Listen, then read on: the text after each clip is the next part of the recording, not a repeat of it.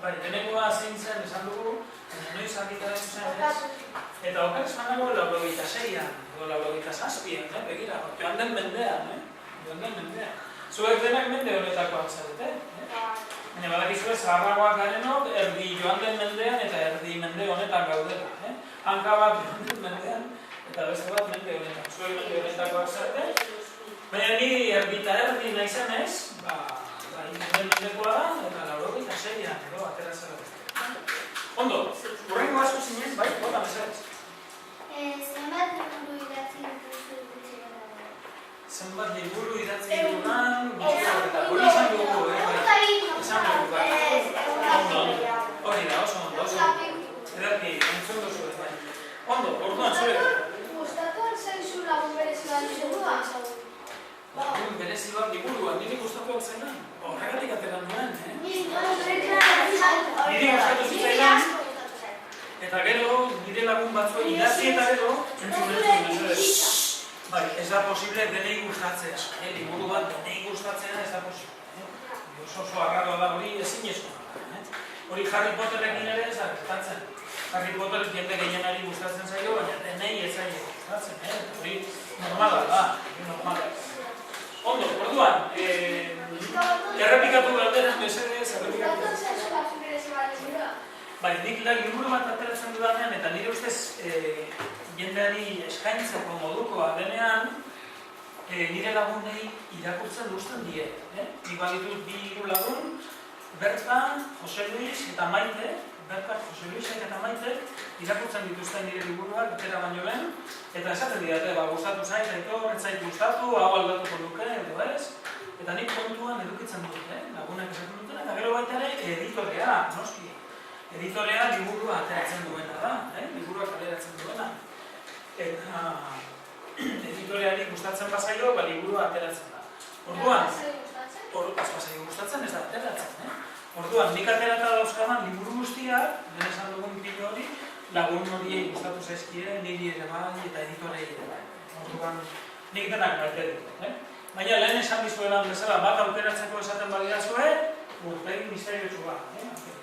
Bota mesedez hurrengo bat egero zuten. Zenbat zer irakurtzute? Zenbat zari, batzuk bai, Bilintz, papo, adire... Bai, oso ondo, Zenbat horretan? Bilintz eta vaporea, bai, Igre... Egia esan emezortzi direla, uste. Baina, gauza bat zan gakizuet, nik 50 urte ditu. Eta 17 urterekin hasi nintzen idazten. Orduan zenbat urte dara matzat idazten. Matematikatan normala. 42 oso eman. Ez, 43, ez? Zenbat? Matematika. Ikeda oso eman. Baina esan dut, jadanik, 50 baina dut, eta 17rekin hasi bat nintzen, zenbat dira?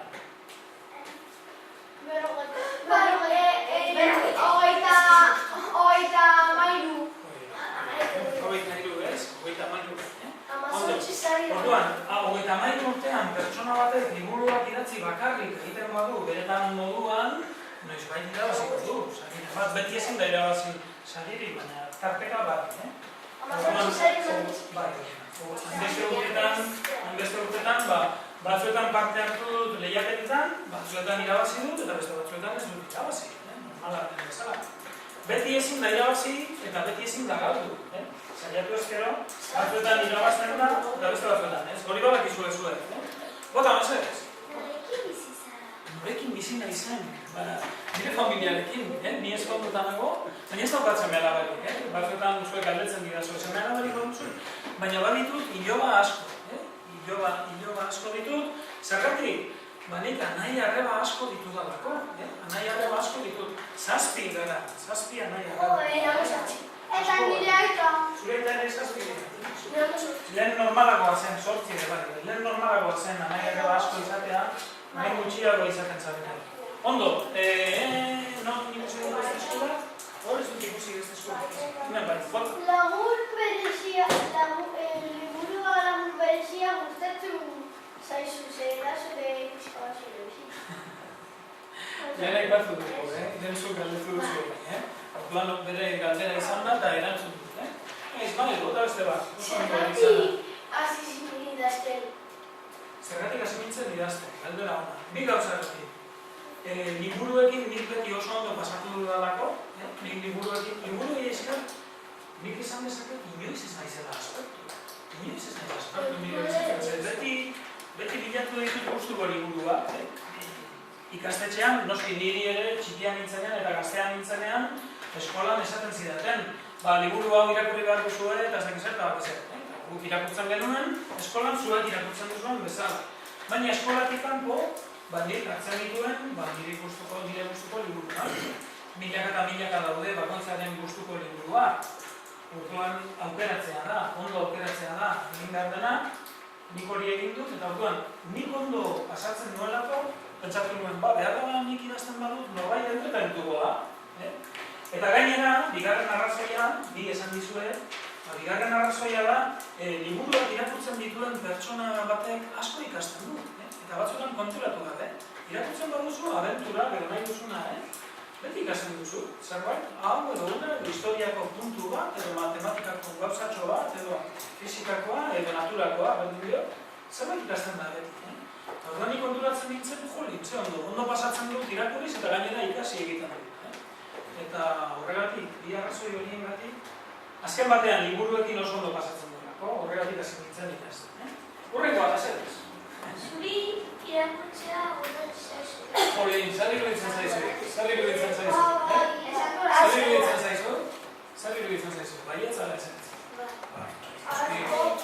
Nik egia esan bizitzan libururik ez baren eduka, bat ere libururik ez baren eduka munduan eta bizitzan, egia esan oso pena mundia hartuko dugu. Bota, mesez?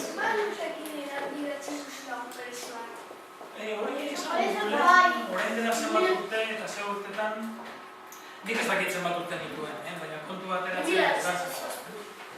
2007koa bada eta 14an bagaude zenbat urte ditu liburuan? 7, oso ondo. Eta nik 50 baditut, 7 zenbat dira? 50. Oso ondo. Begira, orain bai da 53, lehen zen 53, baina orain bai. Nik 53 urte dituen, lagun berezi bat idatzen dut. Oso ondo. Hurrengoa. Zergatik erabili duzu Elizondo berria liburuan? Ondo. Elizondo Nafarroan dago, berez Nafarroan dago, baina nik liburua idatzen nuenean ez daukan Nafarroa buruan. Elizondo Nafarroan dago herri hori, baina izen hori Elizondo leku askotan dago. Elizondo zer da? Elizaren ondoan. Orduan, Elizaren ondoan balin bada etxe asko daude. Eta Elizaren ondoan. Eta leku asko daude Elizaren ondoan. Nire herrian Legazpin badago etxe bat Elizondo izena daukana. Zergatik? Elizaren ondoan. Izenak esaten du. Badakizue izenek normalean zerbait izan dutela. Kasu horretan hori izan dute. Eta baina esan nahi dizut, Elizondo ez dago dela Oñatin, Nik liburua bidatzen duenean Oñatin neukan buruan, eta Oñatiko auzo batean gertatzen eta ez dago Elizondo. Baina etxe batzuk bai daude Elizaren ondoan Oñatin, eta horregatik da, horregatik ditzen da Elizondo. Eta hasieran ikusiko duzue baita ere Madina auzoa, eta Madina auzoa handako, Oñatin dago. Eta zergatik? Liburuan ditzen du Elizondo txiki ditzen. Oñatiko auzo horretan Madrid txiki deitzen diotelako Elizondori. Eta zergatik deitzen diote Madrid txiki, etxe gehienak han daudelako. Baina auzo txikia da, orduan ezin da ondia izan, Madrid txiki horregatik ditzen. Egia, astuta nengoen, baina horrela da. Zuko duzu galderarik? Ez. Eta hemen bai esku bat badago, ez? Zure eskua ez dago altxata, ez dago. Zurea bai, bota. Azken galderak dira, ez da? Bukatzen ari gara. Ia, bai. Zure txizin da euskera, zer gustatzen zaizu gehiago, irakaslea izan edo idazlea? Irakaslea izatea, edo idazlea. Ni irakaslea nintzenean oso gustora nenbilen, baina gehiago gustatzen zitzaidan idazlea izatea. Horregatik aldatu nuen. Irakaslea izatea interesgarria da. Egunen batean idazlea izatea gustatzen badiot, behar bada berriz ere irakaslea izango naiz. Hemen? Ez dakit. Ni oso ondo bizi naiz idazlea izanik, eta orduan ez daukat aldatzen. Venga, galdera pila bat batazkute hemen, eta oso onak gainera, bota mezu. Zenbat urteko...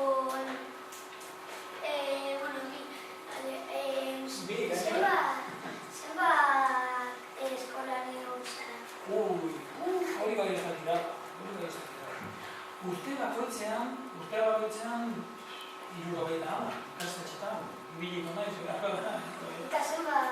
eta zenbat urte da matza? 22. Afrikako semea nire liburu bat da, eta Afrikako semea atera nuenetik, nabil. Eta Afrikako semea orain dela zenbat urte. 22. Afrikako semeak eduko ditu 23 urte, edo 25. Orduan, milaka ikastetxe. Baina ikastetxe batzuetan bi aldiz, lau aldiz egon naiz, ikastetxe batzuetara urtero joaten naiz, urtero betzen didate. Baina bai, esan daiteke Euskal Herria osoko ikastetxeetan egon naizela. Hau eta ez? Hemen lehenengo aldiz, uste dut egon naizela. Beti egoten dira, aukera. Eta beste ikastetxe batzuetan ez da egiten saiorik. Beste ikastetxe batzuetan ez dute egiten. Beste ikastetxe batzuetan pila bat egiten dute. Ikastetxearen arabera. Ondo, hurrengo galdera. Daukazu beste lagun idazle batzuk? Badauzkadan beste lagun idazle batzuk, bai. Fernando Morillo oso idazle hona da. Eta Patxi Zubizarreta, nire nagu meharre. Patxi Zubizarreta ezagutzen duzu? Bai. Hemen dago, zuen eskolan dago? Baina... Idatzi zuen uste dut magalik badaki. Ondo zabitzate, bai. Irakurtzen dugu. Baina hemen hazen egon beda, baina irakurra izan dute. Iaz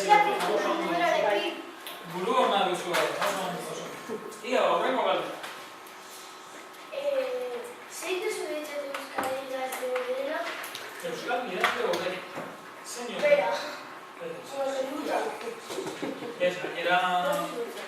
Badakizue gauza da, galdera horrek benetan ez dauka erantzun zehatz edo jakin bat. Eske, zure dira oso ona, baina zuke ez nahi dira oso ona. Bai, bagaude oso ona, bagaude oso ona, eta horien artean pertsona batzuen gustokoak dira eta beste batzuk beste batzuk. Eta baina galdera hona da, nik horregatik liburu bat idatzi nuen, beldurrezko liburu bat, ez dakit beldurrezko liburu bat gustatzen zaizkizuen? Begira, hau beldurrezko liburu bat da, hau? Ikusten baduzue? Berean da ikusten da beldurrezkoa dela, ez da? Liburu hau. Kasu honetan ipuinak dira, ikusten duzue izan burua daukara, ipuin hautatuak. Ipuin hautatuak entzun mesedez. Ipuin hautatuak izanak ipuin aukeratuak.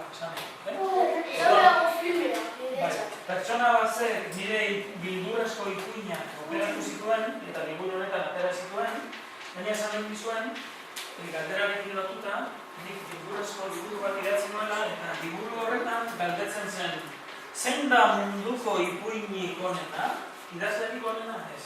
Ipuinik onena, zein da munduko ipuinik onena? Don Quijote de Cervantes. Don Quijote ez da ipuina, Ipuina, Don Quijote novela... El patio feo. Miguel Cervantes. Ondo, baina saiatuko gara euskarazko klasean gaudenez... Ate txutxuzia. Ate txutxuzia, Txano Gorritxu, Errauskine, Berunesko soldadutxoa, edo auskalo. Hori gazen zaini. Bai, baina gauza bat esango dizuet. Munduko ipuinik onena inork ezin du jakin zein den, zergatik ez? Gu... Ez. Entzun. Gu, Europako pertsonok ipuin bat aukeratu dezakegu. Baina arabiarrek beste ipuin bat aukeratu dezakete. Eta txinatarrek beste bat. Eta japoniarrek beste bat. Afrikarrek beste bat. Esan nahi dut, entzunando, mesedez. Esan nahi dut, kultura desberdinen arabera, ipuinik onena bat edo bestea, izan daiteke. Orduan, ez dago benetan munduko ipuinik onena. Munduko ipuinik onenak daude.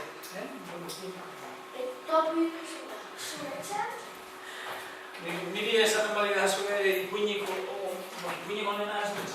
Baina ipuin on bat, benetan oso ona, Printze Zoriontsua. Printzes Oriontsua, Oskar Wilde idazleak idatzi zuen Printzes Oriontsua, oso polita. Seguro hemen egongo dela, seguro hemen egongo dela. Ba, 100 eta ez dakit zenbat urte, 150 urte, eta bai, oso bizirik dago eta oso ezagutzen da. Ia, zuk, mesedez, horrengo eta gero zuk, Gaztelania da... Azkenak dira, azkenak. Eta orain gu moztu behar dugu, eta azkenak egingo ditugu. Azkenak egin eta ja, amabitardiak. Ez bi, esan dugu, tramparik ez egin. Gaztelania pasatuan dute zure liburuan... Bai, nunca lokartuak egin dira. Batzuetan galdera hori egiten didate. Euskarazko liburu bat asko saltzen denean, Euskal idazle hori esaten digute. Itzuli mesedez, liburu hori eta erdaraz aterako. Hemen baduzue nire liburu bat, eta erdaraz dago, La Reina y la Diosa, deitzen da gaztelaniaz. Eta nola izango zen euskaraz, originala nola da? Erregina eta jainkoa da Dios, baina Diosa. Nola da? Jainkoa. Jainkoa, izan zitekeen, ondo pentsatu duzu, baina jainkosa. Erregina eta jainkosa. Ederki, azkena esan dugu. Hau ez da galdera bat, baina dino eta jakiteko zu. Nire tio ez da idazlea, baina dago idazte novela bat. No, begira. Baina dago por la segunda parte. Bigarren zatian dago. Animoak eman, bukatzeko. Oso ondo. Eskerrik asko oso ondo portatu zaretelako. Egin duzuen lanagatik ere bai, eta ondo bizi, eta... Eskerrik asko etortzea. Eta hor dago, Zuei, propozik etortzen gara.